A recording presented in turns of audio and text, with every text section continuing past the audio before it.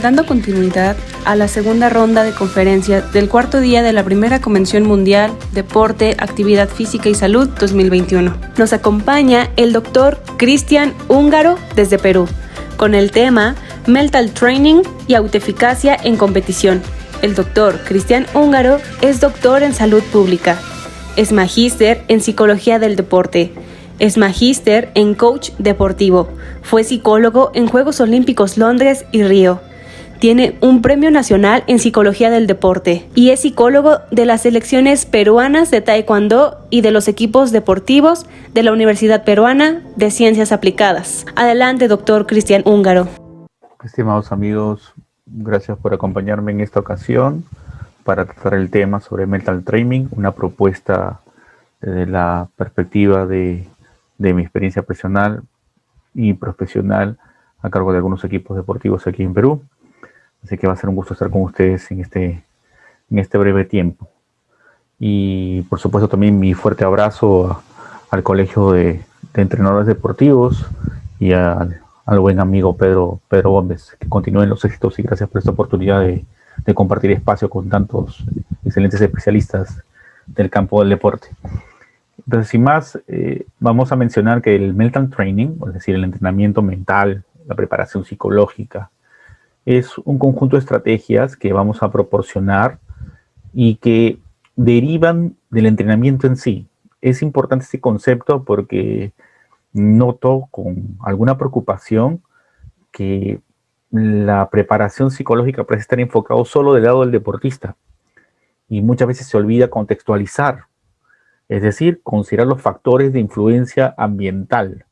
Es importante este principio porque parece ser que todo pasa porque nosotros intentamos, por supuesto, es válido pensarlo así, sacar lo mejor del deporte individual, pero a veces hay factores externos que afectan y que no lo estamos considerando. Entonces, yo voy a permitirme hacer esta reflexión ahora. Espero que se comprenda mejor el punto de vista al final de esta disertación, que es mucho más general, abarca mucho más conceptos. Si bien es cierto, vamos a hablar de temas específicos, pero es necesario considerar ese ambiente de competencia, esos factores de influencia que vienen desde el exterior y que también determinan determinado tipo de comportamiento.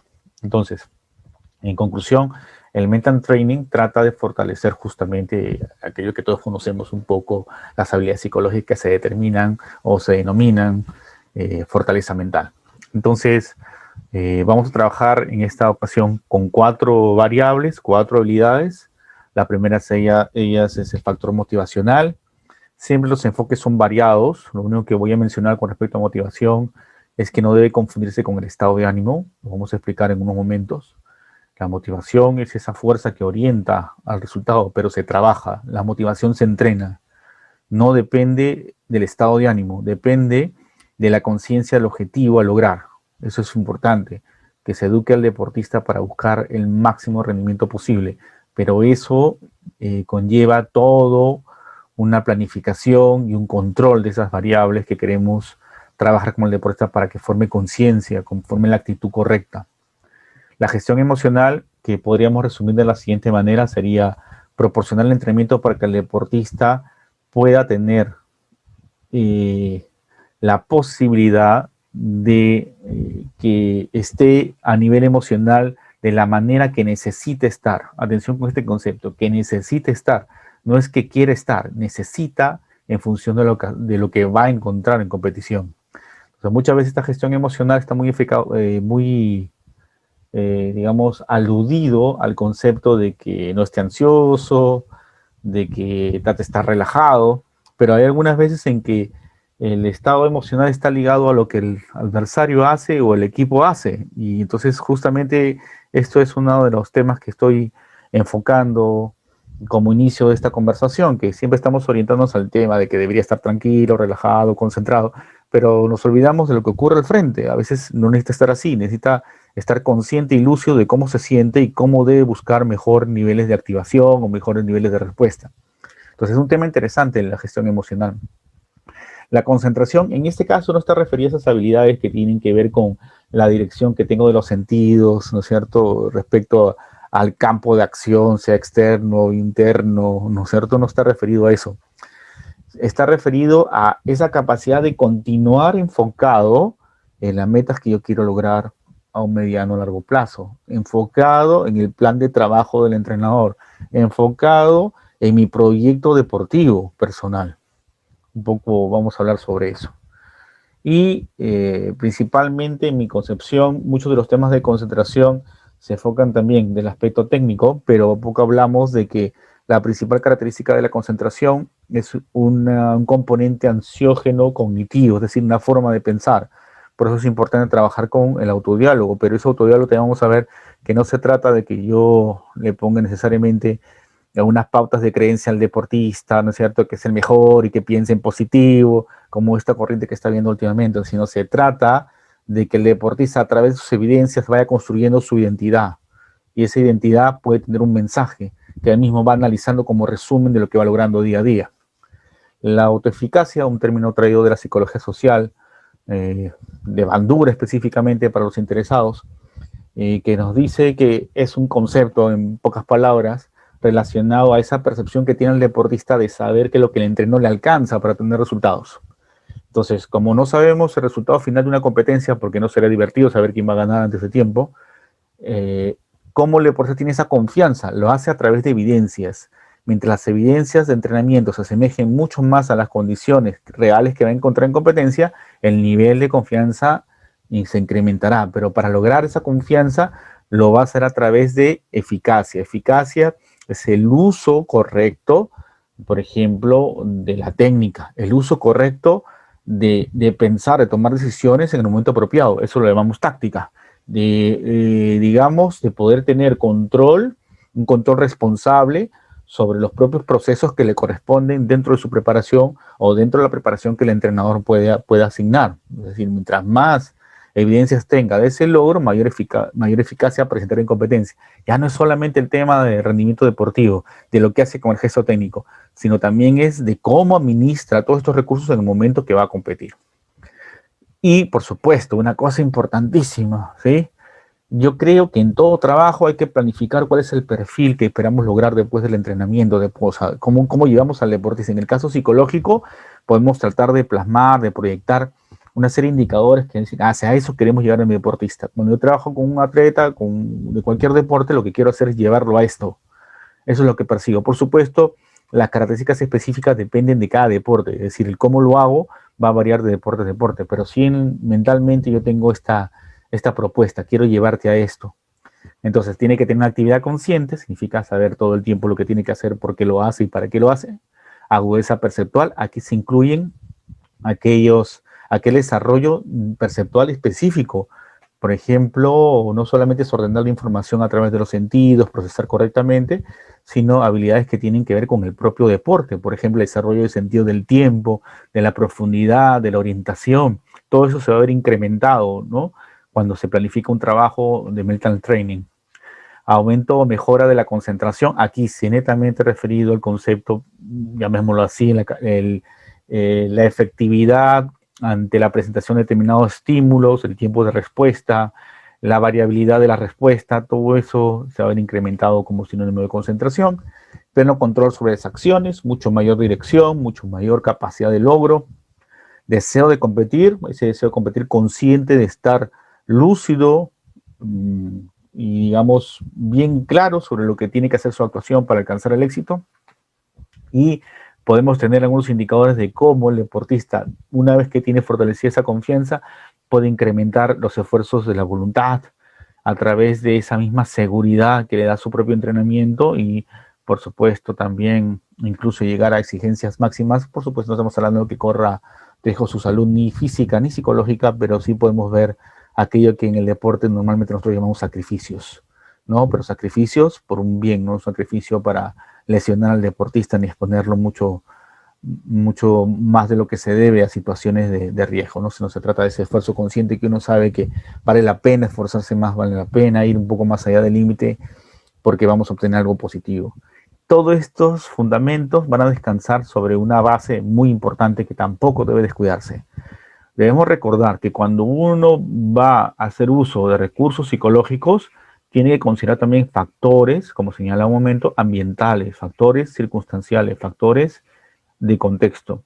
Por ejemplo, preguntar cuál es el significado del evento deportivo. la motivación, la gestión emocional, la concentración, la autoeficacia varían en función de este concepto. ¿Sí? Pueden ser en una mayor percepción o una menor percepción, mayor eficacia o menor eficacia de estos factores. Entonces, no es solamente, caray, le damos motivación, gestión emocional, etcétera, sino entendemos la significancia que tiene el evento que va a enfrentar. Entonces, ¿qué significa este evento? ¿Va a ser una mejora, un cambio de estatus? Tengo una beca, recibo un mejor contrato de trabajo, me voy a clasificar para los Juegos Olímpicos. Entonces, todo eso son factores que hay que considerar cuando uno analiza las posibilidades de trabajar con un deportista o con un grupo de deportistas, con un equipo. La duración del evento, ¿no? Eso también es importantísimo, ¿sí? Muchas veces se cree que le damos una charla o intervenimos con unos ejercicios, una dinámica, pero no consideramos cuánto tiempo el deportista va a estar en una competencia. Esto también es cuestión de entenderlo en función de cada uno de los deportes, ¿no? Puede ser que sean competencias que son, pues, de tiempos más cortos, digamos, de cierta manera, en el sentido de que el competencia se resuelve en una semana, o se resuelve en un día, o se resuelve, digamos, en varios meses. Entonces la variabilidad también es un factor a considerar. Y también hay un tema medio particular, ¿no? Que también es cómo el deportista percibe esa competencia. Muchas veces la competencia puede ser muy corta, pero el deportista la va sintiendo que va a ser muy intensa, obviamente por la cantidad de esfuerzo al que va a ser expuesto en el momento que entra en una intervención de competencia, ¿no? O sea, esos son factores bien importantes. Y finalmente los recursos técnicos. ¿Qué son los recursos técnicos? Aquellos recursos que el deportista domina. Y más adelante yo le tomo esto como la autoestima del deportista. Un deportista que va a competir, un equipo que va a competir y no sabe reconocer qué tiene de perfeccionado, ¿no es cierto? Tenemos un problema. Porque la base de la confianza se estructura a partir del reconocimiento de esas habilidades que de cierta manera esperamos que deben fluir, ¿no? Deben darse de una manera natural, ¿no? Si al deportista le está costando muchísimo trabajo tomar conciencia de qué habilidades tiene, porque todo el tiempo depende de lo que el entrenador le dice, los compañeros le dicen, no está tomando conciencia, no está cumpliendo con el primer principio de la forma óptima psicológica. Entonces, la autoestima del deportista está basada en qué habilidades yo reconozco que tengo y que son efectivas, no solamente que las reconozca, porque si no nos quedamos con el talento, sino que cuando las pongo en práctica me funciona muy bien. Y a partir de ahí yo puedo tener mucho mayor exigencia, mucho mayor, digamos, compromiso para desarrollar esas habilidades en algún momento. En el modelo de entrenamiento motivacional hay un concepto importante. ¿Cómo debemos partir? Porque también escucho mucho por ahí que hay que hacer metas, etcétera. Sí, como señalaba, la vida sin metas no es interesante. Cuando uno entra en deporte, el objetivo es el resultado. Siempre el objetivo va a ser la parte final. Las metas son las evidencias que nos dicen qué tan cercano estamos a alcanzar ese resultado.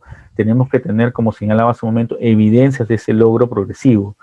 Y entonces, el trabajo del entrenamiento deportivo, como está en la diapositiva, ¿no? Traigo un concepto tomado del tenis, ¿no? De Timothy Galway, hace muchísimos años, escribió un libro que se llama El juego interior, y que esos conceptos hasta ahora se aplican, lo usamos en algunos deportes, por ejemplo en este caso principalmente deportes de combate, pero tranquilamente se aplican al tenis y a algunos otros deportes colectivos. Entonces diríamos que un deportista juega con dos oponentes, ¿no? Dos formas de pensar. Sus rivales exteriores, es decir, aquellos que todas las demandas que forman parte del entorno, y el rival interior, que es la forma en que percibe su propia realidad. Ahora, del punto de vista estratégico, el rival exterior, no tenemos problema porque se encarga el entrenador de eso. Tú que eres entrenador, tú haces un análisis de los rivales, de los adversarios. Entonces, le dices más o menos cómo debe ser el entrenamiento en función de esas demandas. Pero el rival más duro, como señala también Galway, es el rival interior. Es lo que el deportista va entendiendo con lo que entrena y también con lo que se le está exigiendo. Y entonces, el tema puede verse de dos maneras, positivamente o negativamente. Porque del punto de vista positivo, porque siempre también estamos hablando de aspectos negativos y por eso la intervención psicológica, no siempre es así. Yo considero que el trabajo de un deportista que quiere alcanzar un buen resultado pasa porque las situaciones de entrenamiento siempre tienen que ponerlo en conflicto. Ese conflicto es lo que hace que haya reto, y si hay un reto, él siempre va a estar educándose, o ella siempre va a estar educándose en la gestión correcta entre su rival exterior y su rival interior. Entonces va fortaleciendo, va conociéndose, que todo el tiempo la exigencia le permite identificar cuáles son también las limitantes psicológicas que va encontrando en función a cada vez que cambia de ejercicio, cada vez que, digamos, se le exige mucho más. O sea, ese conflicto está permanente y debe ser así si queremos lograr un perfeccionamiento. Entonces, ¿por qué es importante trabajar el concepto de metas? Me menciono, ¿no? Objetivo será aquello que buscamos al final de una temporada, aquello que buscamos en una competencia. Pero como todavía no participamos en la competencia, aquello que nos acerca a imaginarnos un escenario favorable con resultados aceptables son las metas que tenemos de control de nuestro proceso de entrenamiento. Y esas metas están orientadas a áreas. Aquí me permito proponer algunas áreas que es las que más o menos por experiencia también uno va entendiendo que son de afectación del deportista a nivel físico, a nivel mental, a nivel técnico-táctico, a nivel competitivo, ¿no es cierto? De descanso, alimento, todos esos factores tienen una relación importante con el rendimiento, ¿no? La manera en cómo se siente el deportista, la manera en cómo piensa está relacionado con esas metas. Entonces, cuando trazamos metas de este tipo, y el deporte las alcanza, es más probable que fortalezca también su actitud de competencia, porque se reconoce con un compromiso que es capaz de cumplir antes, por lo tanto puede proyectar cumplir con el compromiso, con el objetivo final después, que es durante la competencia. Si no educamos a lograr objetivos, no los controlamos, va a ser muy difícil que pueda sostener la confianza durante la competición. En el modelo de entrenamiento emocional ocurre lo siguiente: cada vez que existe una circunstancia, un problema, un conflicto que hemos generado nosotros mismos para buscar que siempre estemos en una especie de zona de confort, como se suele usar muchas veces ahora en el lenguaje cotidiano, usamos la palabra zona de confort, que el deportista no se sienta que no lo podemos exigir, al contrario, ¿no? Creo que está buscando esas sensaciones de poder mejorarse con todo el tiempo. Entonces, lo que va a ocurrir es que el conflicto genera dos estados. Uno, que intentemos solucionar el problema con los aprendizajes previos. A eso le llamamos preparación técnica. Y dos, que intentemos solucionar el problema, ¿no es cierto? De repente no lo entendemos, cuando no lo entendemos desde el punto de vista técnico, es decir, que la solución al problema, a la demanda de competencia, a la demanda de entrenamiento en nuestro repertorio de experiencias previas no existe, es decir, no me han enseñado cómo solucionar este problema, lo que hacemos inmediatamente es acudir a la emoción. Entonces puede aparecer emociones positivas como son, de cierta manera, pues vamos a intentarlo, ¿no? Me siento, anteriormente me ha pasado esto, lo he solucionado, pero también pueden aparecer emociones negativas como decir, voy para atrás, mejor me limito, la última vez me pasó cuando había una situación diferente, no lo pude lograr, etcétera. Así que mejor me mantengo a la expectativa. Entonces es importante que si queremos trabajar en el entrenamiento emocional, trabajemos para los problemas de demanda técnica. Cuando yo entiendo que el deportista tiene dificultades para poder solucionar los problemas de orden técnico, es decir, no resuelve, no maneja las cosas pensando con claridad. Entonces, el problema está en la concienciación de los aprendizajes. No entendió en los entrenamientos previos por qué se hacen tal y cual cosa y no entendió claramente la definición idiomotora, por ejemplo, o la representación mental, la aplicación de aquello que nosotros le enseñamos y por lo tanto tiene duda. Y también otras circunstancias que puede aparecer es el aprendizaje diferenciado. ¿Por qué? Porque hay deportistas que a un elemento de la preparación lo aprenden muy rápido, pero otros no van a la misma velocidad. No significa que tienen problemas de aprendizaje, sino tienen tiempos lentos, diferentes, ¿no? Diferentes de aprendizaje. Por lo tanto, hay que también entender eso, que hay deportistas que asumirán con un mayor ritmo, mayor velocidad algunos aprendizajes y otros no. Recuerden que cuando un deportista entra en conflicto, lo que va a hacer es ya no intentar lo nuevo, sino va a regresar a aquello que le genera seguridad, y eso probablemente sea los aprendizajes más básicos. O sea, hay muchos deportistas que tienen dificultad para poder pasar al siguiente nivel por un tema de que no aprendieron bien o no se concientizaron bien respecto a lo que tenían que hacer desde el punto de vista técnico. Ahora, a nivel táctico, también surgen varios problemas que realizar con las tareas. Por ejemplo, manejo de incertidumbre. ¿Qué es la incertidumbre? Son dos cosas: miedo al cambio, y lo podemos ver que deportistas cuando le plantamos tarea con dificultad tienen justamente limitaciones para adaptarse con facilidad, miedo a ese cambio. Pero ¿por qué surge ese miedo al cambio? Porque tengo el miedo de no saber cómo actuar cuando una situación es novedosa. Entonces, incertidumbre es miedo al cambio y duda respecto a mis habilidades en ese cambio supuesto. Siempre son tareas de posibilidad. Entonces, un factor importante es trabajar con situaciones de incertidumbre, ¿no? Que el entrenamiento tenga esa posibilidad de que el deportista sienta que puede tener autonomía, decisiones. Si todo el tiempo le estamos diciendo lo que tiene que hacer, cuando va a competencia le cuesta trabajo resolver. He visto muchas veces que entrenadores hasta la tarea más sencilla están indicándole al deportista, no lo ayudan a pensar.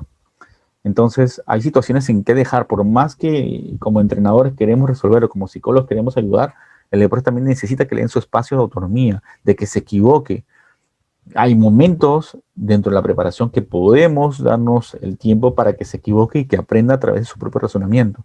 Todo el tiempo estar tratando de resolver los temas, producto, quizás con buena intención, pero de nuestra propia ansiedad también puede terminar afectando esa autonomía que necesitamos que cuando juegue, sobre todo en el deporte moderno, en cualquier deporte ahora necesitamos deportes que analicen mucho más que antes. No es ahora simplemente la capacidad física la más dominante, sino es un conjunto de habilidades integradas. Y el control de la anticipación. La anticipación siempre va a ser una respuesta de angustia, de ansiedad, ¿no es cierto? El saber estar concentrado es un tema asociado a la anticipación, es un tema grande la anticipación, ¿no es cierto? Es reconocer un espacio para poder adelantarse a la respuesta del adversario o del equipo, es un poco la lectura que se usa mucho en unos deportes, ¿no? La lectura. Entonces, las tareas son de sensibilizar, es decir, meter al deportista en esas exigencias que estoy notando que le faltaron la última vez. Por eso la preparación psicológica tiene que ser considerada como un elemento fundamental e importantísimo dentro de toda la preparación general. Si yo nunca hago esto, es imposible que alguien con una charla, con una especie de dinámica, me solucione el tema. Tengo que entender cómo funciona para poder trabajar y tomar las medidas correctivas del caso. Entonces, con todo este feedback, ¿no es cierto? Todas estas, si yo tengo un problema, una emoción y la sé manejar bien, el feedback que va a venir es positivo. Pero si tengo algún problema en estas áreas, lo que va a venir es negativo. Por lo tanto, voy a sentir una presión negativa. Ese feedback va a decir, no puedo lograr el resultado, tengo miedo, etcétera, por esta evaluación que se hace de las condiciones de realidad. En el modelo de concentración, vuelvo a repetir, estamos hablando aquí de la capacidad de mantenerme en el esfuerzo, ¿no? En la persistencia del esfuerzo, de mantener, soy consciente de que soy capaz de llegar a hacer lo que necesito hacer. Es importante que esa confianza, ese compromiso no disminuya. Entonces, cuando uno trabaja temas de concentración, ¿no? Sea como este enfoque que hablamos de focalizarse en el desempeño, pero también en temas de concentración, ya del punto de vista, como llamamos, aplicativo, ¿no? Durante la cancha, por ejemplo, concentración. En mi experiencia personal, más bien los deportes tienen al contrario, son más casos de hiperconcentración que de déficit de concentración. Me explico mejor. Lo que pasa es que están concentrados en otra cosa, pero están muy concentrados en otra cosa, o a veces le costó trabajo dejar un evento de mucha intensidad que acaba de surgir, que ha sido crítico. Entonces siguen en eso, ¿no? Es como si se abstrayeran. Eso es lo que ocurre, ¿no? Ese concepto de que no tiene concentración no me parece el más adecuado, por lo menos en mi experiencia de trabajo. Lo que yo entiendo es que sí, se quedan concentrados más bien en cosas que no son relevantes, por ejemplo. Entonces le cuesta trabajo pasar, cambiar, relajarse para pasar a otro estado, o otra fuente de captación de estímulos para resolver tareas, digamos, de esa manera. Entonces, va a haber una demanda externa, seguimos asociando al rival exterior, y una demanda interna, tranquilamente al rival interior. Entonces, en el punto de vista externo, no necesariamente son cosas negativas, son cosas que están presentes. También hemos mencionado que de acuerdo al feedback que tenemos es donde vamos a apreciar si es positivo o no lo que estamos sintiendo. Entonces, puede haber pensamientos distorsionados. ¿Qué son pensamientos distorsionados? Aquellos pensamientos, creencias que no tienen una lógica, que no están basadas en evidencias. Decir que yo soy bueno en el deporte, sin tener una evidencia en los controles, en mis habilidades, con mi estado físico, ese pensamiento es distorsionado, ¿no? La sobreestimación de fuerza es un pensamiento distorsionado, pero se puede dar en un momento, porque somos seres humanos y a veces nos vieron las emociones, nos vieron las sensaciones de seguridad excesivas. Entonces es algo que, si se debe manejar bien, se puede utilizar también para para poder corregir los posibles comportamientos de desajuste. Los imprevistos, entrenarnos en las posibilidades de que en el deporte nada está escrito, ¿no? Hay situaciones del deporte externas que comprometen un poco nuestra propia seguridad, como es no empezar a haber una competencia, que los equipos no funcionen, que los sorteos, digamos, no sean lo más adecuados, no sean como lo esperamos, etcétera. Hay miles de circunstancias. Entonces, esos imprevistos también deben ser trabajados. Los resultados inmediatos, ¿no? Vivimos en una sociedad, lo que nos mantenemos un poco en el alto rendimiento, sabemos la importancia que tienen los resultados inmediatos, ¿no? Hay mucha presión con esto.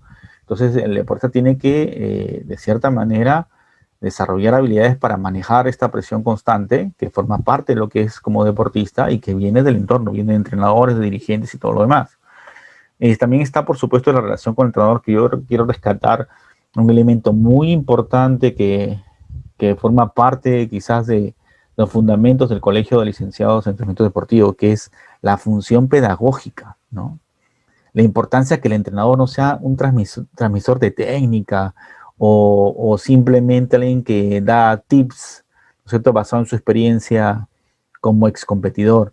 Es la importancia que tiene de que transmita valores, transmita comunicación, transmita gestión, que transmita idealización, que transmita verdad, ¿no? Esa relación es lo que fundamenta que podamos tener quizás una mejor gestión cuando vamos a competencia, y todo eso tiene que ser entrenado de la mejor manera posible.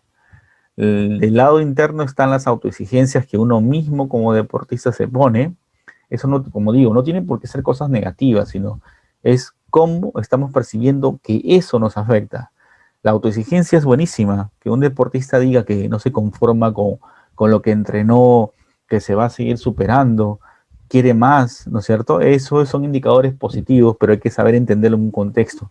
Es una preocupación más bien cuando ya más parece un ritual que realmente hay una toma de conciencia de que puede perfeccionar mejor sus habilidades. La búsqueda de resultados es un tema que está asociado, por supuesto, a querer el camino corto, ¿no? A eso se refiere a búsqueda de resultados. En la parte negativa es querer el camino corto. El camino corto es no entrenar mucho y tener mucha competencia, etcétera. En la parte positiva, pues es buenísimo tener ambición, ¿no? Es buenísimo tener ambición. La experiencia previa, importante, ¿no? Esa experiencia previa está relacionada a cómo quedé en la última competencia, qué es lo que espero lograr, qué pasó, puede ser que esto la vez pasada me fue muy mal y ahora es una especie de revancha, todos esos factores también deben ser considerados, tanto positivamente como negativamente. Y la última es la presión de amenaza. ¿Qué tan importante es el evento? Nuevamente, el significado del evento para mí. Todo esto que vemos aquí forma parte del pensamiento del deportista y se convierte en autodiálogo.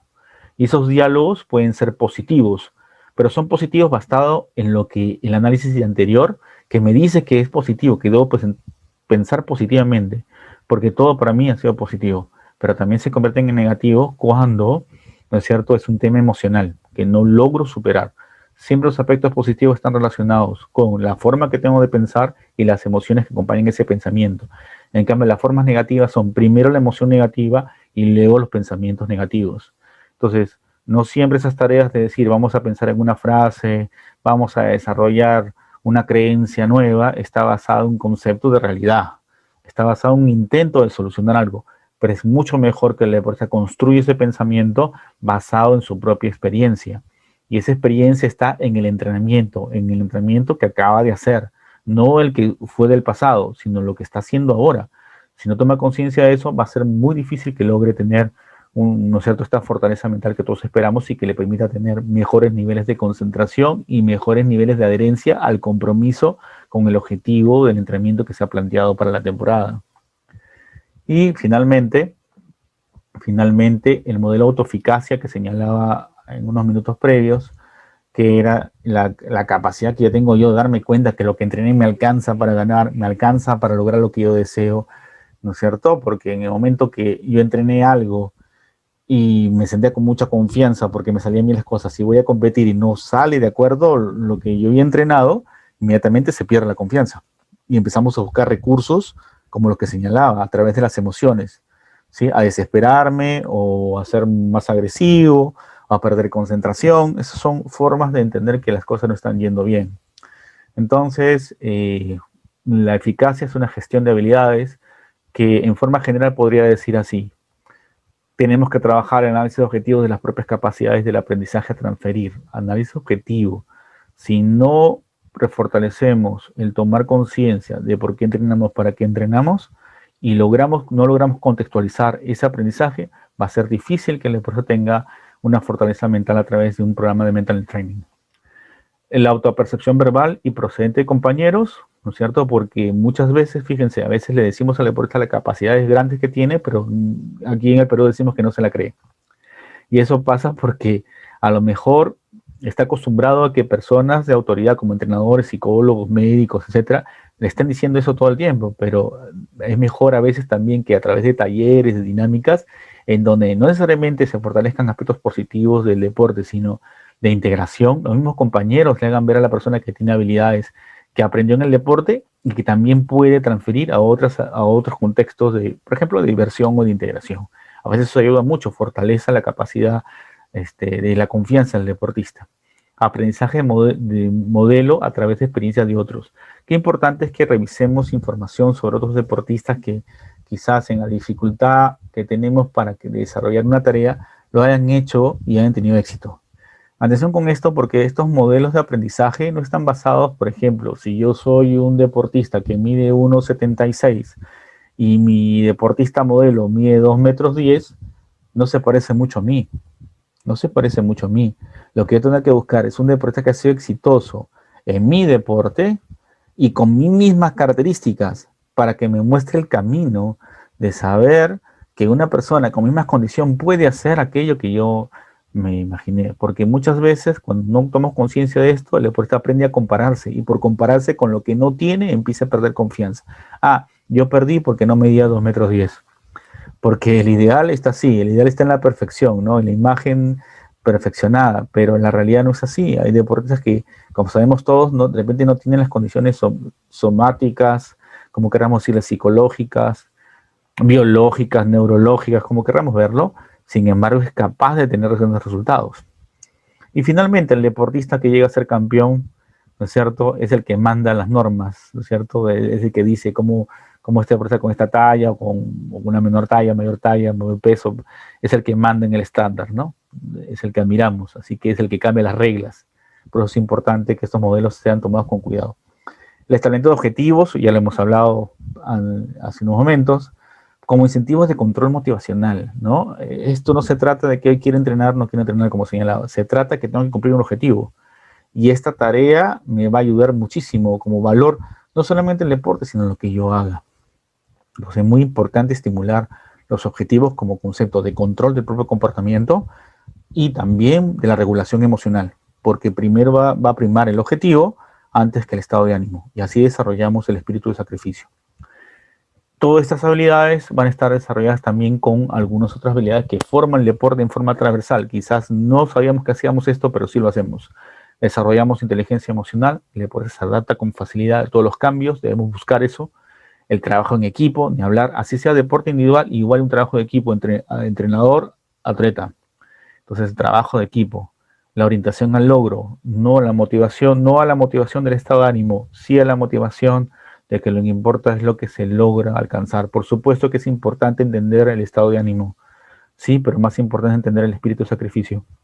Y el concepto de liderazgo, ¿no? Todo deportista, toda persona que trabaja en deporte es alguien que tiene influencia y influye a otros y también se deja influenciar de una manera positiva, de una manera con espíritu de logro, con todos esos valores que el deporte nos ha mostrado en el camino de éxito de tantos años, ¿no?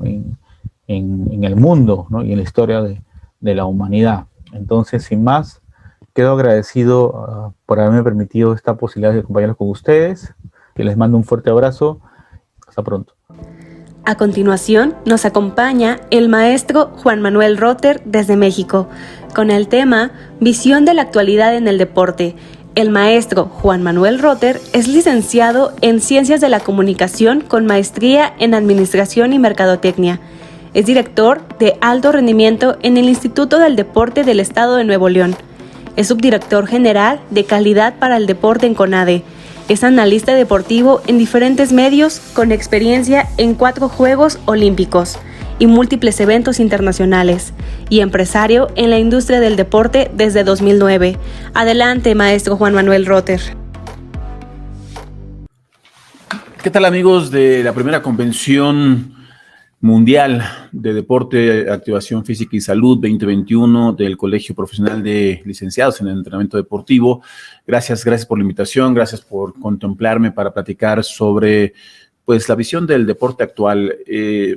Quiero darles un preámbulo con una gráfica que se elaboró hace 2 años como parte del proceso de campaña del partido en el poder, y todo este tema de la transición. Se desarrollaron 3 grandes estrategias que este fue el planteamiento de inicio, y yo lo pongo aquí solamente para que ustedes puedan ver si de alguna manera esos planteamientos se han podido implementar, se han llevado a cabo y cómo lo ven de manera actual. Yo les voy a dar mi visión, por supuesto, pero vean, el punto 1 era elevar a prioridad la actividad física.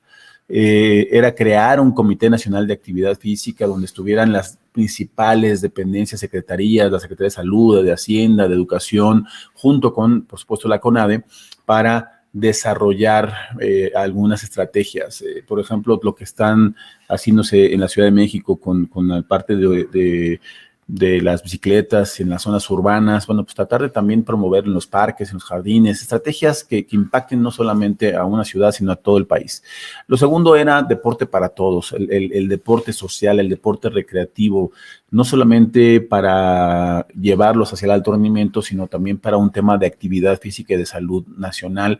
Y sobre todo ahora que lo estamos viviendo con la pandemia, que pues gran parte de la vulnerabilidad se da porque tenemos un país con un alto índice de obesidad, de sobrepeso, de hipertensión, diabetes, etcétera. Todas estas enfermedades que están relacionadas con el sedentarismo.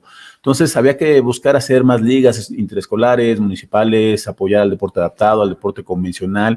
Por supuesto, hacer parte del semillero y hacer una base mucho más grande. Profesionalización era importante, la capacitación, cosa que me encanta siempre estar participando con ustedes y en estos esfuerzos que se hacen, porque entre más personal capacitado de profesores, instructores, monitores, entrenadores y los profesionales de las ciencias aplicadas al deporte, pues se podrían lograr. Creo que se ha hecho de manera aislada, con estrategias que no necesariamente vienen del proyecto, de la visión y de la actuación del deporte, de la gestión desde el máximo órgano rector de México, ni de mucho del sector federado, pero bueno, se están haciendo cosas y creo que estamos avanzando. Y el tercer punto era la planeación de largo plazo, la transparencia en el alto rendimiento, y se buscaba hacer un consejo rector que pudiera impulsar el desarrollo del alto rendimiento a un siguiente nivel. Es hacer realmente procesos de planeación, no nada más directos a un año, a la próxima competencia, sino que a largo plazo. Hoy estamos viviendo el proceso a Juegos Olímpicos de Tokio, pero ya deberíamos estar pensando en París 2024 y en Los Ángeles 2028 por el evento más grande. Todos los demás eventos en corto. Y bueno, pues ustedes saben que aquí está, así está más o menos el gráfico del Sistema Nacional de Cultura Física y Deporte, que lo preside la CONADE, que tiene la relación con los institutos del deporte estatal, con la Confederación, el Comité Paralímpico Mexicano, el Comité Olímpico Mexicano, con sus respectivos vínculos con los comités internacionales. El sector estudiantil también tiene un asiento y tiene toma de decisiones a nivel ejecutivo. Está, por supuesto, el sector federado, todo lo que es el sector de la sociedad civil, y el Tribunal de Apelación y Arbitraje, el CAD. Y lo que no está es ese círculo en naranja, que es el Comité de Vigilancia Electoral del Deporte, que antes dependía de la Confederación Deportiva Mexicana y que por ley desde el 2013 se cambió, pero que no ha sido implementado. Por 7, casi ya van a ser 8 años de que no se implementa y que estamos en un vacío en ese sentido en el sistema y en el gráfico. Pero si me preguntan qué más le falta un asiento para la iniciativa privada, que haya un representante de la industria del deporte, de las empresas que están relacionadas en el mundo de la actividad física y el deporte, y que pues pudieran también formar parte de estas decisiones ejecutivas y estas decisiones de impacto en las grandes estrategias y en los grandes programas para que deriven en acciones que a todo mundo lleven y desarrollen en el deporte social, actividad física y en el deporte de alto rendimiento. Y entonces creo que esto, pues, son de las cosas que actualmente no suceden, que no están ahí y que le hacen falta. Hay ciertas diferencias de opinión, de trabajo entre el Comité Olímpico Mexicano, la CONADE, las federaciones, la CONADE, con los institutos del deporte. La pandemia ha afectado severamente en esto, el seguimiento, que la maquinaria vaya trabajando. Pero no solamente la pandemia, yo creo que también es la falta de planeación y la falta de organización y coordinación. Fíjense este dato rápido, que si bien no están actualizados ya con el último censo, que ya estamos cercanos a los 127 millones de personas, pero estamos en un 12, 13 lugar de población mundial. Estamos en un, dependiendo de dónde lo vean y la fuente de información, pero también estamos en un 13 a un 16 lugar en cuanto a la economía mundial. Y en el tema deportivo, si lo vemos a nivel de Juegos Olímpicos, con las 5 medallas que se lograron en Río de Janeiro, estamos en el lugar 61. Hay otras formas de medición, tendríamos que meternos en mucho detalle, pero siendo muy básicos, pues podría ser una valoración. A mí me gusta que, aunque sea básico, podría ser un nivel de proyección. Nos podría decir, híjole, pues si estamos en el 12º en población, tenemos un amplio margen de dónde trabajar, de dónde hacer que más talentos pudieran ser potenciales medallistas olímpicos y campeones mundiales, para llevar a México a un mejor lugar y estar entre los 20 mejores del mundo, sin duda, porque además en la economía también estamos fuertes.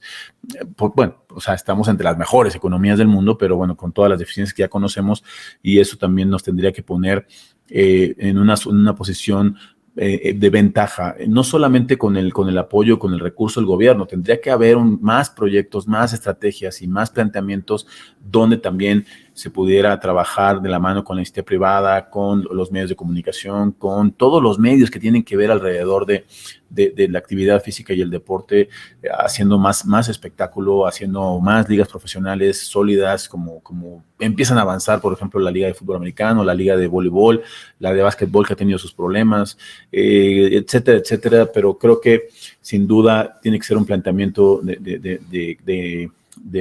desde la base y llevándolo a todos en la estrategia, estando sentados realmente todos en lo que sería la mesa ejecutiva del sistema de cultura física y deporte. Y fíjense esta otra, que también son básicas, pero comparando con países que tenemos muy cerca, que competimos contra ellos en panamericanos y luego en olímpicos, por ejemplo Brasil, o centroamericanos, panamericanos y olímpicos como Colombia. Hace 21 años, en los Juegos Olímpicos de Sydney, México estaba arriba de ellos. México fue el lugar 39 en esos juegos, contra 49 de Colombia y 52 de Brasil. O sea que realmente el deporte en estos países ha ido avanzando de manera muy importante. Claro, Brasil tuvo los Juegos Olímpicos en el 2016 y por eso desarrollaron el plan, por supuesto, de organización, pero también de la parte deportiva, para asegurar y garantizar que iban a tener un mejor nivel.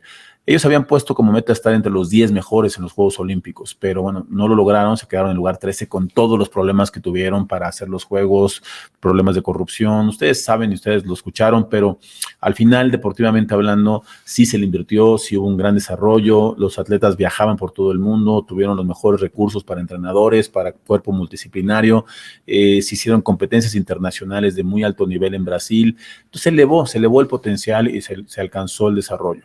Colombia es un caso muy interesante porque no le ganamos nosotros en centroamericanos, siendo que fueron en Colombia, le ganamos en panamericanos, pero empieza a ser un país que se acerca mucho cuando estamos hablando de muchos deportes. Pero en los Juegos Olímpicos ya nos han ganado los últimos 2, tanto en Londres como en Brasil, y ellos están en el lugar 23 y nosotros estamos en el 61. Es muchísima la diferencia. Han logrado encontrar a los atletas que están llegando a ser finalistas, que están logrando con la perspectiva de meterse de campeones mundiales y buscar las medallas en Juegos Olímpicos, muy específico en su sistema y en algunos deportes, pero poco a poco están creciendo en otros deportes y de verdad están siendo muy competitivos. Y México pues está quedando muy rezagado, cada vez más atrás de lo que ya venía logrando y lo que venía avanzando. Entonces yo creo que eso es lo que también tendríamos que reflexionar para entender hacia dónde va, cómo queremos que se modifique esto. No sabemos cuántas medallas va a ganar México en Tokio. Tuvo un resultado histórico en centroamericanos, máximo nivel de medallas, máximo nivel de medallas en panamericanos. Supondríamos que deberíamos de subir, tener máximo nivel de medallas también en Juegos Olímpicos, pero es difícil ahorita observar y tener claro porque no tenemos una directriz hacia dónde van, cómo los están llevando, y yo sí veo a nivel de seguimiento de los medios que hay atletas que se sienten inseguros, que no han tenido el apoyo, que no han tenido el respaldo, y sobre todo en el caso de los deportes que nos pueden dar medallas, como por supuesto los clavados, como el taekwondo, como el tiro con arco, el tiro deportivo, como el atletismo en algunas pruebas de caminata. Desafortunadamente, bueno, pues hay por ahí unas descalificaciones, pero bueno, son cosas que tendríamos que evaluar. Entonces, son estos temas que nos hacen pensar y ver que el deporte actual no está del todo bien organizado, planificado, y que vaya sustentado hacia un futuro con mayor certidumbre. Y a nivel internacional, el deporte actual está tomando en consideración muchos aspectos. Está tomando en consideración los avances tecnológicos, está tomando en consideración la posible nueva normalidad en función de los protocolos y de las actuaciones que tengamos que llevar a cabo con pues esta situación de la pandemia. Así que pues vale la pena, por ejemplo, hablar de la industria del deporte y por qué es importante sumarla, por qué es importante tenerla dentro. Todas las empresas que tienen el material deportivo, los clubes, los gimnasios, los textiles, eventos, son muy grandes, y es una industria que genera muchísimo dinero, pero que no la consideramos en las grandes estrategias o en los planteamientos, y no conocen hacia dónde va también las políticas públicas. Entonces, creo que si la lográramos compenetrar cómo funciona en otros países que actualmente están trabajando, porque los desarrollos tecnológicos vienen de las industrias y vienen del desarrollo de investigación, a lo mejor vienen de países desarrollados, pero finalmente son implementados en todos, porque la parte comercial traen los mejores zapatos, las mejores playeras, los mejores implementos, pues, tienen acceso universal, y eso es algo que el Comité Olímpico Internacional siempre ha buscado, que cualquier cambio que se haga tecnológico tiene que tener acceso universal. Entonces, si no los tentamos, si no los entendemos hacia dónde van las líneas de acción en la industria del deporte, pues difícilmente también vamos a poderlos inyectar o meter a nuestras grandes estrategias y generar también más recursos para tener más posibilidades de desarrollo. Algunas reflexiones finales que quiero hacerles, y que por eso pues, creo que es importante, y es una visión muy rápida, muy somera, pero pues es el que debe haber mayor acercamiento al desarrollo tecnológico. Tenemos que ser conscientes de que quizá en los próximos años va a haber nuevas modalidades deportivas de acuerdo a la nueva normalidad. Quizás el desarrollo tecnológico nos permita hacer competencias donde no se tenga que trasladar todos los atletas, sino que se puedan involucrar y competir de una manera física, no nada más como ahora con los videojuegos, sino de una manera física y de desarrollo. Y entonces por ahí también se están buscando hacer algunas cosas, y hay que estar cerca y hay que ver qué está pasando, porque en el momento que simplemente, pues si empezamos ahí apenas de cero, seguramente nos vamos a quedar rezagados. A mí me queda claro que se tiene que tener ya una gestión profesional en toda la extensión de la palabra, sobre educación y experiencia, que es la suma ideal.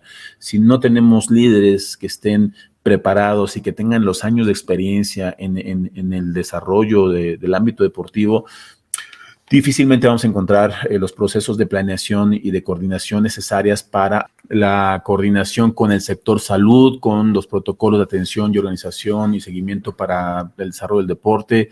Tenemos que estar muy coordinados. Yo no sé hasta ahorita si realmente se han generado los manuales de operativos y para operar instalaciones, para operar gimnasios, para hacer competencias. Nos estamos adaptando de cosas que se hacen en otras partes del mundo, y pues no sé si estamos listos. Estamos esperando que se haga, por ejemplo, los eventos ya tradicionales, los juegos con ADE, pero ¿qué va a haber ahí? ¿Cómo los vamos a hacer? Vamos a hacer protocolos de entrada, cubrebocas, toma de temperatura. todo lo que implica la organización de los eventos, qué le va a deparar a los organizadores hacer también en términos de costos.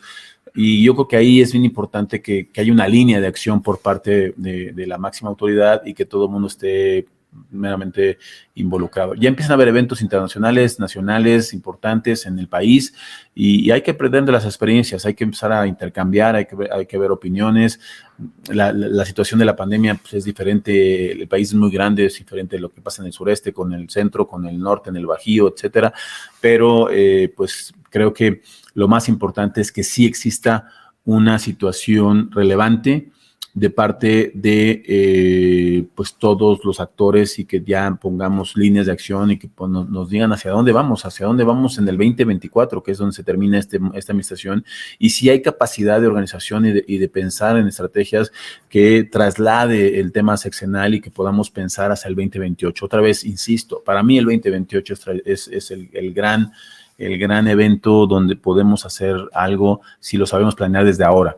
¿Por qué? Porque va a ser en Los Ángeles, porque ahí estamos muy cerca, tenemos posibilidades de hacer concentraciones en la frontera con las extraordinarias instalaciones que tiene Baja California y además pues, cruzar ahí a San Diego, nos queda perfectamente claro que si lo aprovechamos y lo vemos como una gran oportunidad, serán los grandes Juegos para México después de lo que hasta ahora ha sido México 68, que sigue siendo el máximo cúmulo de medallas en los Juegos Olímpicos.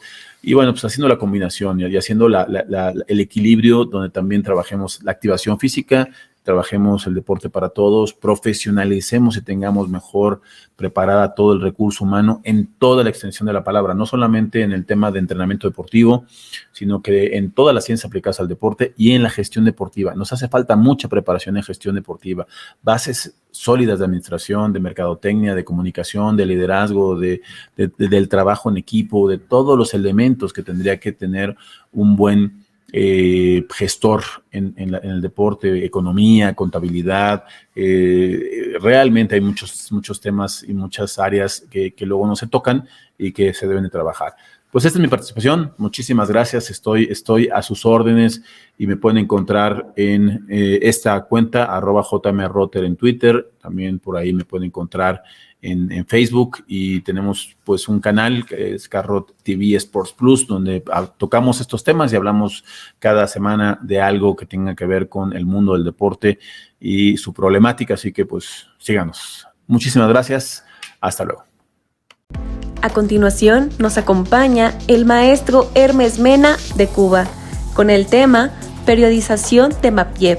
El maestro Hermes Mena es máster en entrenamiento deportivo. Es entrenador de voleibol, preparador físico, metodólogo de entrenamiento deportivo.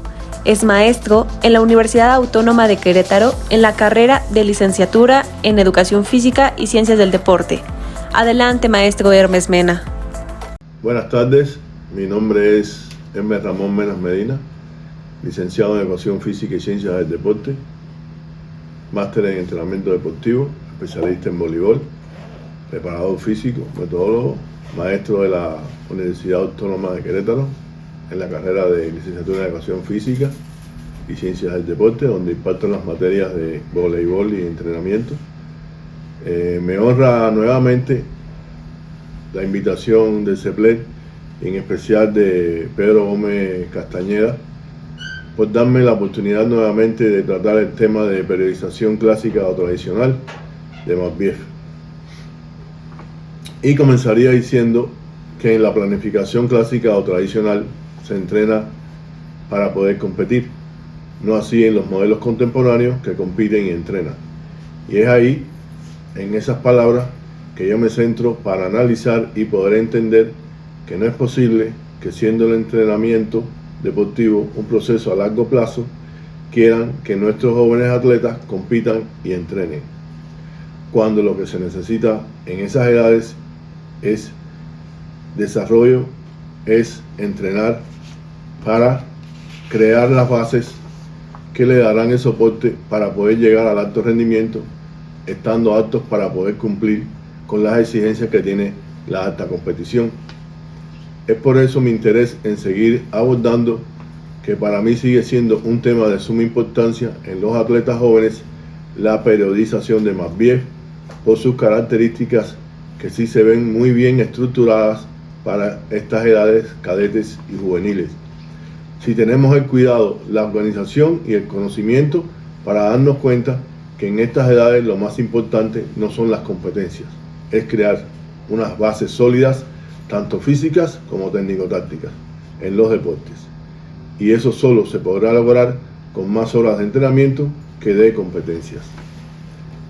Es por eso que hoy en la actualidad siguen muchos entrenadores no aplicando este modelo de planificación, lo que conlleva a una especialización temprana, creando en esos atletas desarrollos deportivos a corto plazo por no desarrollar de manera sistemática y correcta la dosificación de las cargas, trayendo como consecuencia deserciones, lesiones en los atletas que, pudiendo llegar al alto rendimiento, por no aplicar modelos de entrenamiento que permitan entrenar más que competir, pues se truncan las carreras de muchos jóvenes. Es por eso que sigo y seguiré recalcando con mucho orgullo y con mucho respeto para todos los autores que han logrado con sus conocimientos poder estructurar todos esos modelos contemporáneos para el deporte de alto rendimiento, ya que es complejo poderlos trabajar con jóvenes por la conceptualización de competir entrenando, no siendo estos modelos los idóneos para los atletas jóvenes. Todos los entrenadores que hemos estudiado en todas las diferentes literaturas nos dicen que el entrenamiento deportivo es un proceso pedagógico a largo plazo. Matveev en 1983 dice que es una actividad deportiva sistemática de larga duración, graduada de forma progresiva a nivel individual, cuyo objetivo es conformar las funciones humanas, psicológicas y fisiológicas para poder superar las tareas más exigentes. Otro concepto de Matveev dice que es la forma fundamental de preparación del deportista basada en ejercicios sistemáticos y la cual representa en esencia un proceso organizado pedagógicamente con el objetivo de dirigir la evolución del deportista. En el periodo científico de entrenamiento, en la segunda mitad del siglo XX, gracias al aporte de los autores que antecedieron, que fundamentaron sus propuestas principalmente de forma empírica, otros pudieron posicionarse desarrollando nuevas teorías que articulaban incluso hallazgos recientes de las ciencias del ejercicio. Matveev en el año 1955 introduce nuevos conceptos y hace una propuesta integradora de los anteriores, marcando el punto de referencia inicial de los modelos en un periodo que podría denominarse como científico. A esta nueva propuesta se le conoce como planificación tradicional, dado que si bien es antigua, permanece vigentemente en la fundamentación porque es aplicable en las etapas formativas de diferentes modalidades deportivas. En la década de los 60, el médico canadiense Hans Selye, en su tesis El estrés, desarrolla el concepto de síndrome general de adaptación, lo que permite a Matveev fundamentar científicamente el planteamiento del carácter ondulatorio de las cargas, trabajo-recuperación, estableciendo una relación entre los ritmos de preparación y la alternancia cíclica de las funciones fisiológicas, estructurando el entrenamiento en periodos, etapas, a partir del calendario de competencia, considerando también las condiciones climáticas, limitando la duración del periodo competitivo al tiempo en que el deportista pudiera mantener un óptimo estado de forma. Siendo aspectos importantes en esta planificación la forma general y especial del periodo preparatorio y la conjunción entre el volumen y la intensidad. Vale destacar en este modelo la particularidad de ser extensivo, es decir, que hay un volumen realmente elevado con la fase general del periodo preparatorio. Otra característica fundamental es la aplicación de las cargas de entrenamiento regulares, es decir, que se aplican de forma moderada y continua a lo largo de toda la temporada, contemplando simultáneamente el desarrollo de las diferentes orientaciones en mayor o menor énfasis en función de cada etapa. Si bien se mencionó antes, este modelo es popular y usado en nuestros días, ciertos aspectos son criticados en la actualidad por los breves momentos de la forma deportiva que solo se podría alcanzar 3 veces al año. Siendo las investigaciones en el ámbito de la fisiología del ejercicio en los años 60 lo que contribuyó a que se comprenda más sobre las respuestas del organismo al esfuerzo, siendo la base para nuevos planteamientos en la programación del ejercicio. Debemos destacar al proceso científico deportivo como el responsable del desarrollo actual del deporte, asumiendo este como la ayuda al deporte mediante el aporte de conocimientos y metodologías que le proporciona al entrenador confianza para enfrentar el proceso de entrenamiento, además de la posibilidad de un uso racional de los métodos y medios, contribuye al desarrollo de las capacidades del deportista y fortalece el proceso de selección. Desde el siglo pasado hasta nuestros días, todos los científicos del deporte tienen la misión de preparar lo mejor posible a los deportistas. Estos parten desde el modelo tradicional de Matveev hasta los más actuales, siendo los factores que llevaron a la modificación de la planificación del entrenamiento moderno, el número de competiciones durante una temporada y las actividades competitivas, motivados por aspectos económicos principalmente en la lucha por las transmisiones televisivas en eventos deportivos y competencias importantes, intereses empresariales, patrocinios y comercialización, apoyo de la estructura deportiva del Comité Olímpico Internacional y las federaciones internacionales y el desarrollo tecnológico en función del deporte. Todos estos aspectos han contribuido a una evolución en la forma de preparar a los atletas más sobresalientes de cada país y continente, existiendo una selectividad en el panorama deportivo mundial y llevando al tope el organismo de los deportistas con proezas antes imaginadas. Siendo los sistemas de planificación modernos para los atletas élite, estando en contradicción con el modelo de Matveev en cuanto a la teoría del entrenamiento deportivo. Con estas nuevas teorías y el desarrollo de estos nuevos modelos sobre la planificación, se pone de manifiesto la contradicción teórica práctica y la negación filosófica del modelo tradicional científicamente demostrado por Matveev y sus discípulos.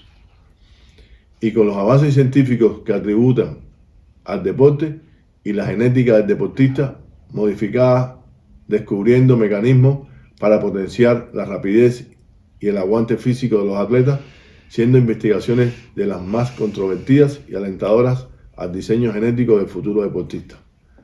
Pudiéndose observar que la ciencia está muy activa respecto a la búsqueda de nuevos descubrimientos científicos que tributen a la esfera deportiva, así como lograr que estos avances no se conviertan en fenómenos negativos para el movimiento deportivo. Entonces resumiríamos diciendo cuál de los modelos seguir, o cuál modelo traería mejores resultados, o por qué otro modelo no sería útil. Son aspectos que dan el punto de inicio para la elección del modelo de planificar a escoger. Siendo la planificación del entrenamiento concebida como un esquema teórico y un sistema o una realidad compleja, el cual se elabora para facilitar su comprensión, estudio y organización.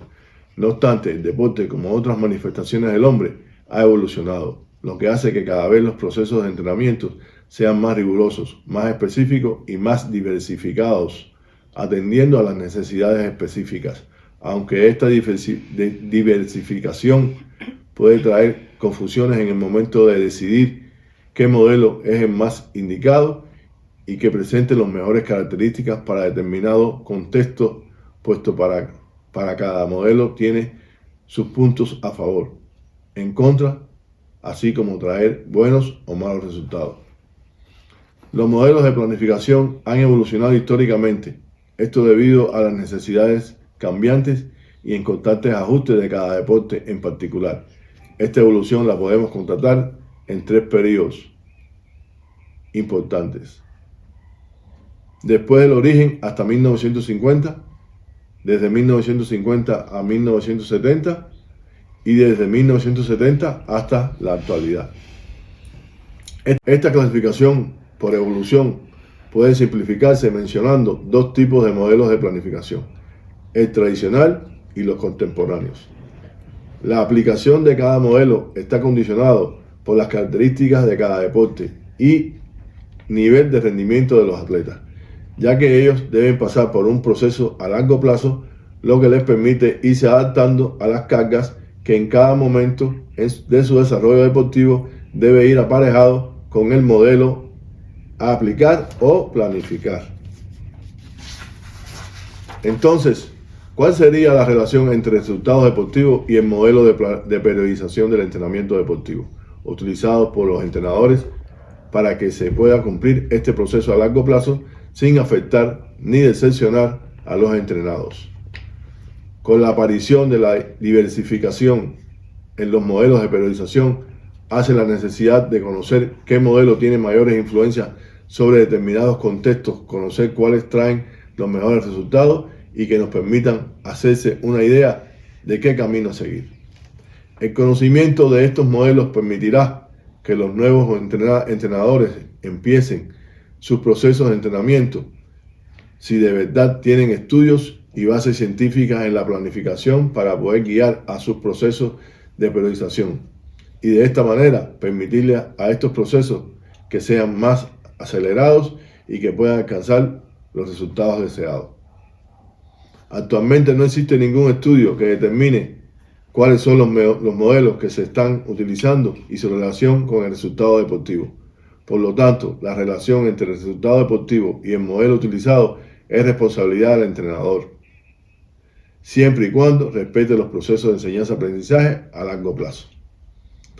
Es por eso que esta ciencia, encargada de la preparación de un deportista o grupo de ellos, puede nutrirse de ciencias como la fisiología, la bioquímica, la biomecánica, la estadística, la medicina y otras que nos permitirá un estudio más profundo y universal acerca del funcionamiento de las cargas en el entrenamiento deportivo, rigiéndose los principios que permiten alcanzar los objetivos trazados, que pueden ser de orden biológico o orden pedagógico, estando enfocados en la adquisición de una forma deportiva que tendrá como finalidad alcanzar la victoria en una competencia.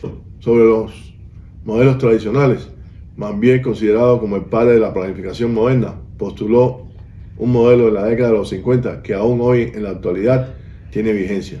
Este modelo tiene por características las siguientes: se realiza por periodos de tiempos claramente definidos, o sea, periodo preparatorio, periodo competitivo y periodo transitorio.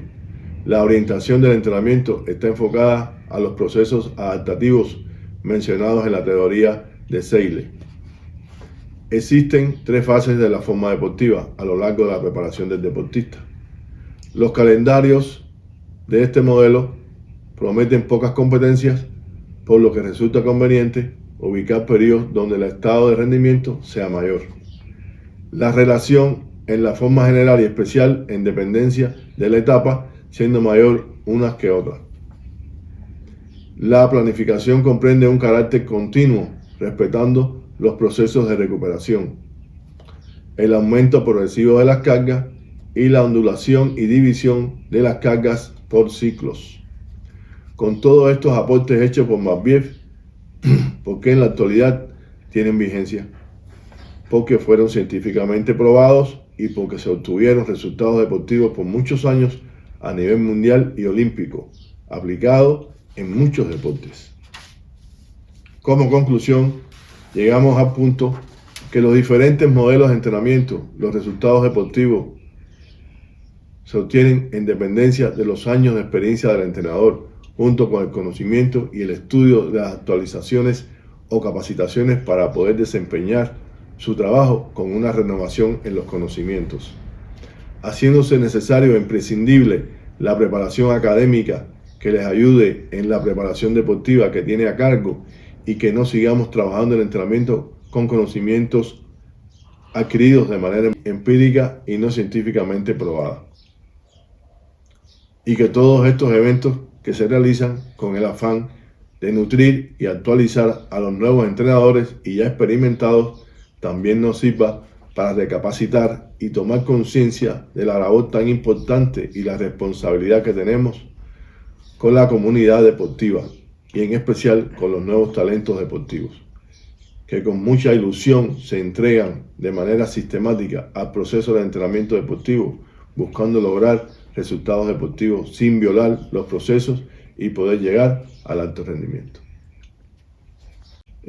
Con esta información introductoria para mi conferencia de periodización de Mambiev, espero les pueda servir, les pueda ayudar, los pueda incentivar a que participen en la conferencia y en el taller que próximamente se dará para poder periodizar, poder planificar, dosificar cargas y que esto pueda servir a todos los entrenadores que trabajan con jóvenes talentos y que les pueda ayudar a su proceso de largo plazo y que a futuro sean atletas que puedan, con el desarrollo de sus capacidades y habilidades y con el entrenamiento, poder llegar al alto rendimiento sin violar las etapas, sin quemarles las etapas y que se puedan desarrollar de una manera satisfactoria en el proceso de entrenamiento de los deportes que lo quieran aplicar, porque Mambiev es aplicable para todos los deportes, siempre y cuando los atletas no sean atletas de alto rendimiento y que la competencia no sea lo fundamental, sino que el entrenamiento sea lo fundamental y no la competencia. A continuación nos acompaña el presidente Gerard Esteva desde Cataluña con el tema los eSports y la digitalización del deporte. El presidente Gerard Esteva es presidente de la Unión de Federaciones Deportivas de Cataluña y vicepresidente de la World eSports Consortium Huesco. Adelante, presidente Gerard Esteva. Muy buenas tardes, estamos aquí en el Congreso Internacional desde Barcelona con todos ustedes. Gerard Esteva, presidente de la Unión de Federaciones Deportivas de Cataluña y vicepresidente de la Huesco, de la World eSports Consortium, que es la organización internacional que agrupa a los publishers, a las federaciones, a los clubes, a los jugadores, a todo el mundo también de los eSports. Hoy les quiero explicar dos grandes proyectos que estamos desarrollando aquí en Barcelona, España, Cataluña, en el que los eSports van a tomar un relieve muy importante y también la digitalización del mundo del deporte, no ya en el ámbito de los eSports, sino en el ámbito de la transmisión televisiva del deporte base, un proyecto que debería ser extendido por todo el mundo. Vamos a empezar con la presentación de la Liga Catalana de eSports que hemos presentado y hemos preparado y hemos empezado aquí en Barcelona. ¿Me acompañan? Pues vamos. El proyecto de eSports, la Liga Catalana, que se desarrolla con base en Barcelona, pero como es Internet, pues saben ustedes que cualquier persona del mundo puede participar, está basada en unos cuantos deportes.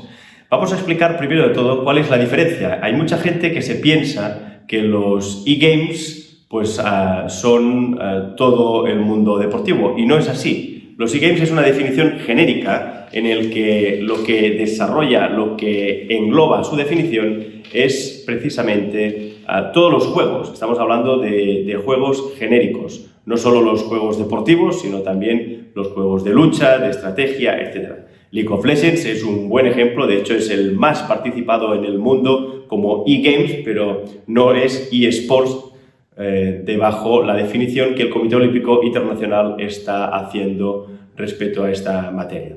Por lo tanto, vamos a definir claramente. Tenemos la definición global que habla de eGames, que engloba todo el mundo digital que en estos momentos conocemos, pues los eSports y sumado también, como decía, a los juegos de estrategia y lucha. Y después tenemos los eSports, que son dentro de los eGames lo que hacen la traslación del deporte físico en el ámbito, en la esfera, en el mundo digital. Aquí estamos hablando, en nuestro caso, de automovilismo, de béisbol y softball, de bolos, de caza, de ciclismo, de ajedrez. Ajedrez es uno de los deportes más practicados de forma digital en todo el mundo. También tenemos, como no puede ser de otra manera, fútbol, básquet, golf, motociclismo, tenis. Estos son los deportes que nosotros hemos empezado para desarrollar esta liga catalana y también Open Internacional para que cualquier persona, cualquier federado en Cataluña pueda competir, pero también a nivel internacional pueda cualquier persona de cualquier sitio del mundo conectarse y participar conjuntamente con los catalanes que desarrollan esta competición.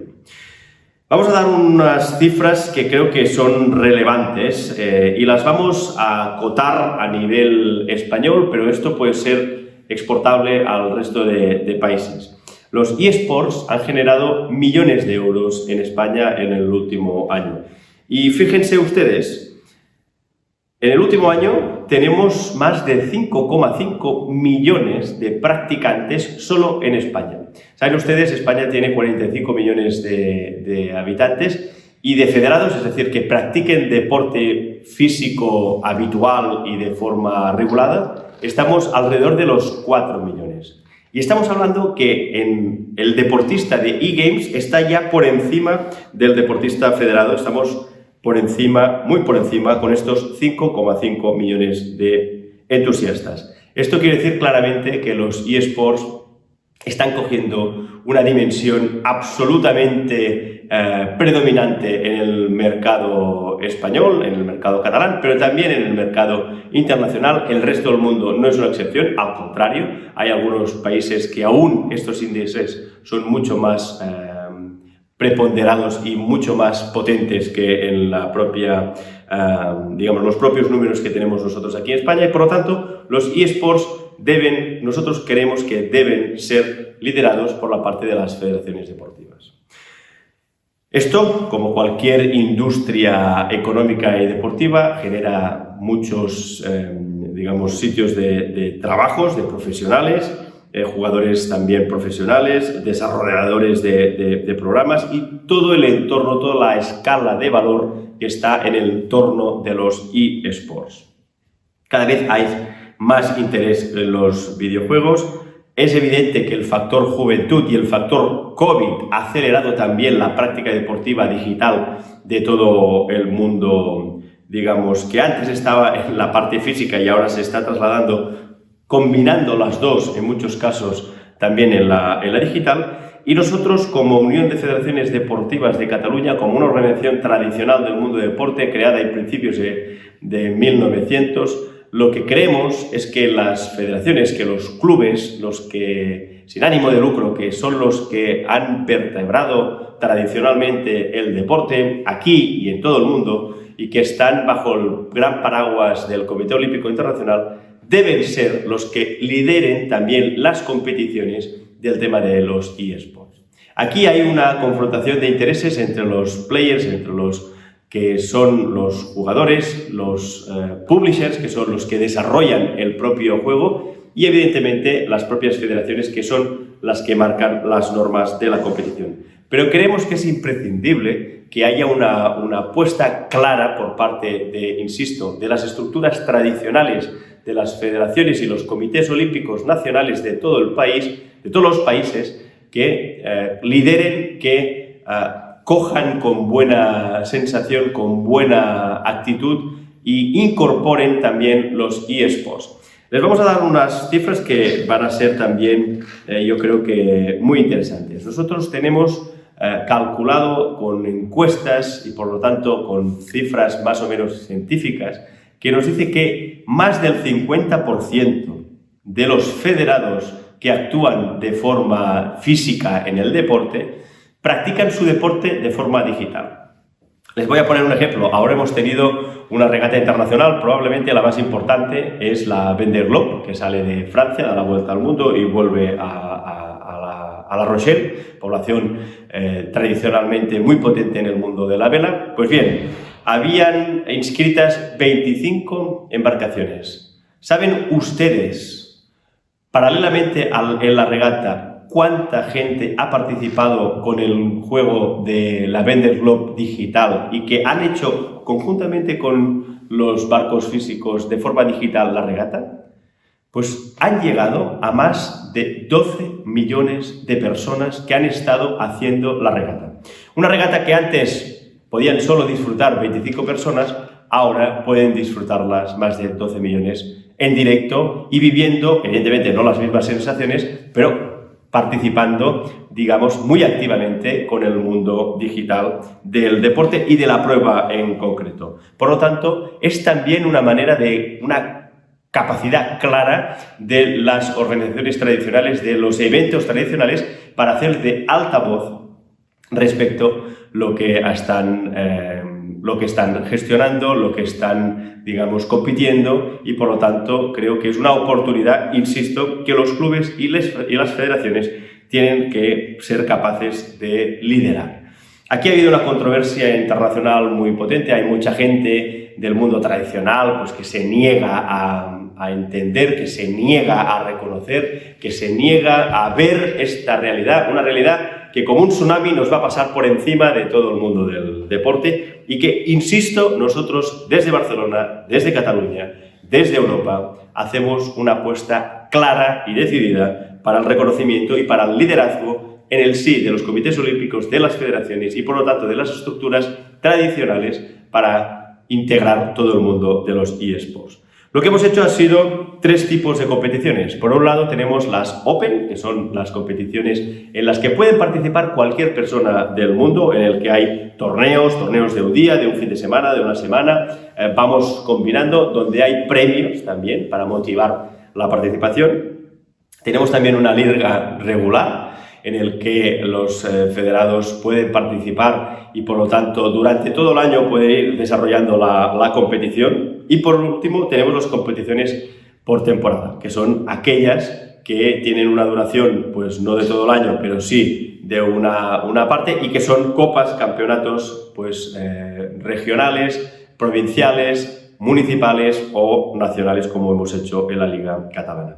Esto es una plataforma que está abierta, insisto, a todo el mundo y que, aparte, tiene unas ventajas, evidentemente, por los federados catalanes, porque son las federaciones catalanas quienes han desarrollado precisamente esta iniciativa. La plataforma se basa en una plataforma tecnológica, en una plataforma web adaptada a todos los formatos: televisión, iPads, teléfonos, Android y iPhone. Están todas adaptadas para que cualquier persona desde cualquier dispositivo pueda, de forma práctica, fácil y sobre todo muy directa, participar de todas estas competiciones.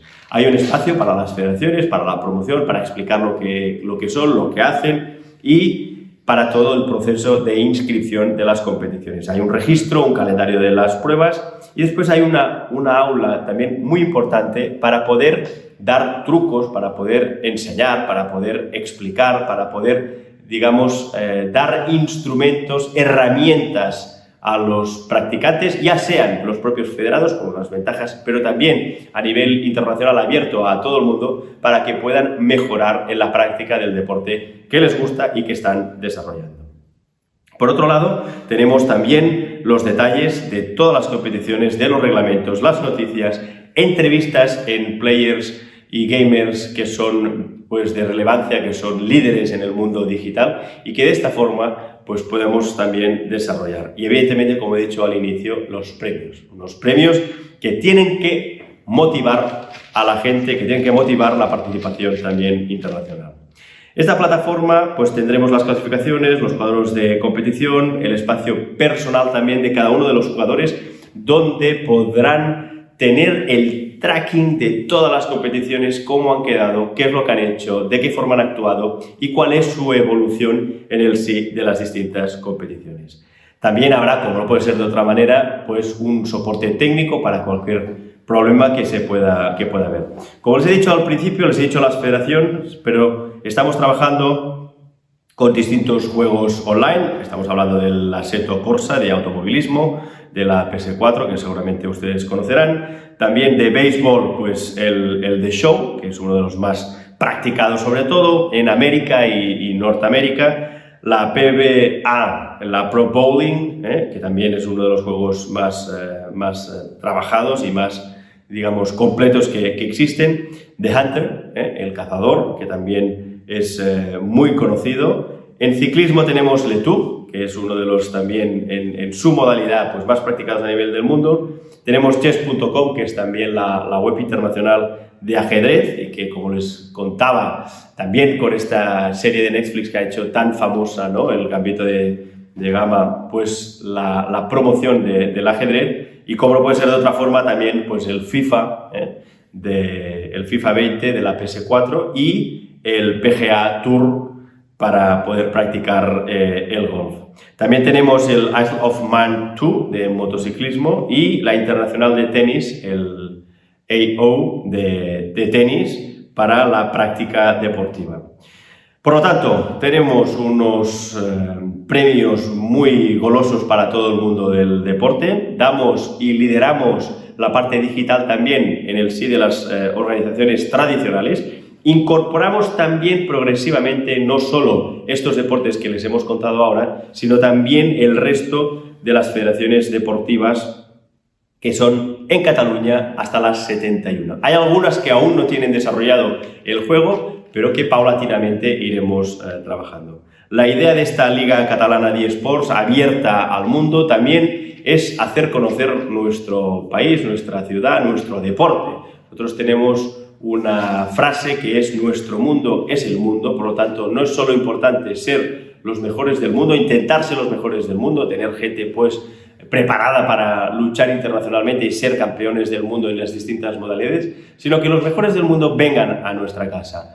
Hoy, con el tema del COVID, con las prohibiciones de viajar, esto no es posible a través de grandes eventos, como hicimos en Barcelona en el año 92 con los Juegos Olímpicos, y por lo tanto lo trasladamos en el ámbito digital y por eso proponemos esta Liga Internacional Open, abierta, para que todo el mundo pueda participar también en Cataluña y para conocer el deporte de Cataluña.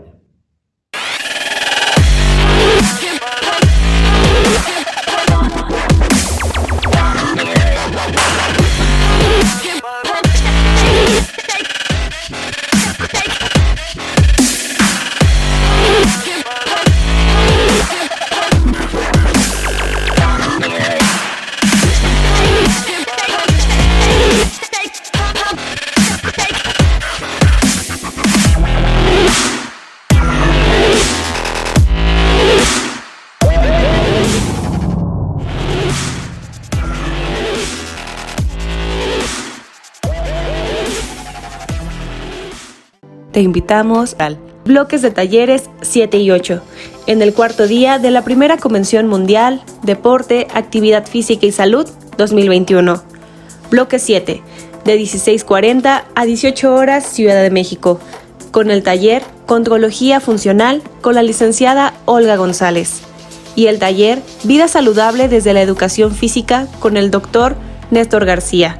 Bloque 8, de 18:20 a 19:40 horas, Ciudad de México, con el taller ¿Por qué no puedo competir igual que como entreno?, con el maestro Daniel Garduño. El taller 4Motion, Escuela Modelo Integral de Iniciación Deportiva orientada al tenis, con Romina Puglia. Y el taller Claves Metodológicas para una Planificación Deportiva Exitosa, con la maestra Montserrat Miranda.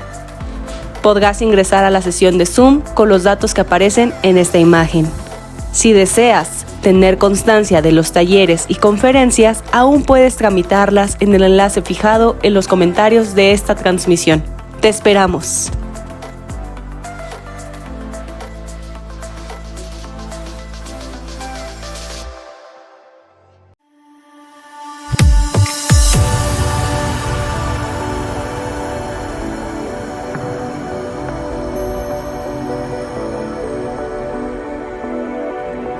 Hemos llegado al final de la jornada de 57 conferencias de este magno evento, donde se han dado cita excelentes capacitadores representando 20 países. Queremos agradecer a cada uno de los ponentes, asistentes y staff que han hecho posible la primera Convención Mundial Deporte, Actividad Física y Salud 2021. Estamos celebrando el 5º aniversario del Colegio Profesional de Licenciados en Entrenamiento Deportivo. Nos llena de alegría que con cada evento se sumen más personas a la comunidad CEPLED. Sabemos que estos 4 días de arduo trabajo fueron de gran aprendizaje y que aún a la distancia te sigues capacitando. Gracias por dejarnos llegar hasta tu hogar a través de tu pantalla. Sigamos reinventando la manera de seguir aprendiendo con esta nueva realidad. Recuerda que la buena suerte no existe, existen las buenas decisiones. Gracias por decidir estar aquí. Sabemos que el deporte tiene el poder de unir miles de personas. Te agradecemos por unirte una vez más y elegirnos para seguirte capacitando. Te invitamos a continuar capacitándote con la oferta académica que el CEPLET tiene para ti, por medio de cursos, talleres, diplomados, convenciones y congresos. Esperamos contar con tu presencia en futuros eventos y que la comunidad CEPLET siga creciendo. Por la profesionalización del deporte, CEPLET.